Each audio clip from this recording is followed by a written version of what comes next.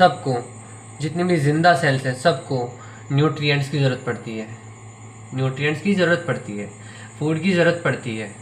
और यहाँ पे जो भी वेस्ट मटेरियल्स होते हैं उनको हटाने की भी ज़रूरत पड़ती है। जो भी वेस्ट मटेरियल्स होते हैं, वेस्ट मटेरियल्स कौन कौन से हो गए? मेन वेस्ट मटेरियल्स सेल के हो गए CO2, अमोनिया, और न जाने और भी बहुत सारे वेस्ट मटेरियल्स होते हैं। इन सभी को हटाना पड़ता है, बिकॉज अगर इन वेस्ट मटेरियल्स की कंसंट्रेशन यहाँ पे सेल के पास ज़्यादा हुई तो सेल के लिए ये टॉक्सिक होगा, ये हार्मफुल होगा। इसीलिए इनको हटाना पड़ता है टाइमली। और इसको सेल को एनर्जी प्रोवाइड करवाने के लिए इसको न्यूट्रिएंट्स, फूड्स, ये सब प्रोवाइड करवाना पड़ता है।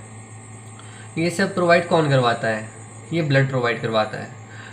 और ये सब सेल से दूर कौन ले जाता है? ये भी ब्लड इससे दूर ले जाता है। ये भी यही काम करता है, ये काम भी यही करता है ब्लड।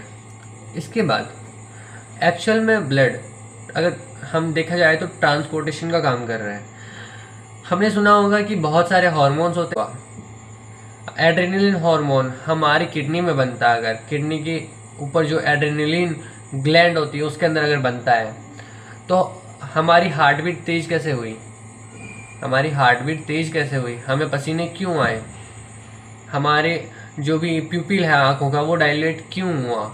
इसका आंसर सिंपल है कि ब्लड उस हार्मोन को फैला देता है, एक्सपेंड कर देता है, पहुंचा देता है अलग अलग जगह पे। यही इसका आंसर है। और दूसरी बात, ब्लड और क्या करता है? एक्चुअल में जब कभी भी हमारे बॉडी पे अटैक होता है किसी भी एलियन स्पीशीज़ का, अटैक एलियन स्पीशीज़ का, मैं कहना क्या चाहता हूँ? मैं कहना ये चाहता हूँ कि कोई भी अगर बैक्टीरिया, कोई भी वायरस अगर हमारी बॉडी पे अटैक करता है, इसको हम एलियन बोल सकते हैं क्योंकि ये बॉडी से बाहर की चीज़ है। बैक्टीरिया या वायरस या फिर कोई भी अलग प्रोटीन, कुछ भी अगर एक्चुअल में हमारी बॉडी उनसे इंटरेक्ट करती है तो हमारी बॉडी में रिएक्शंस होती हैं।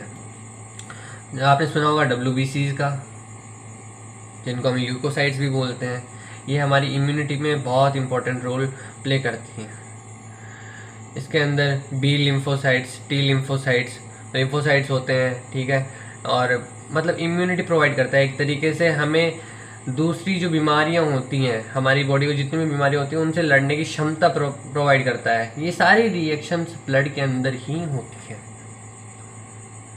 जितनी भी एलर्जिक रिएक्शंस हैं वो सारी ब्लड के अंदर ही होती हैं।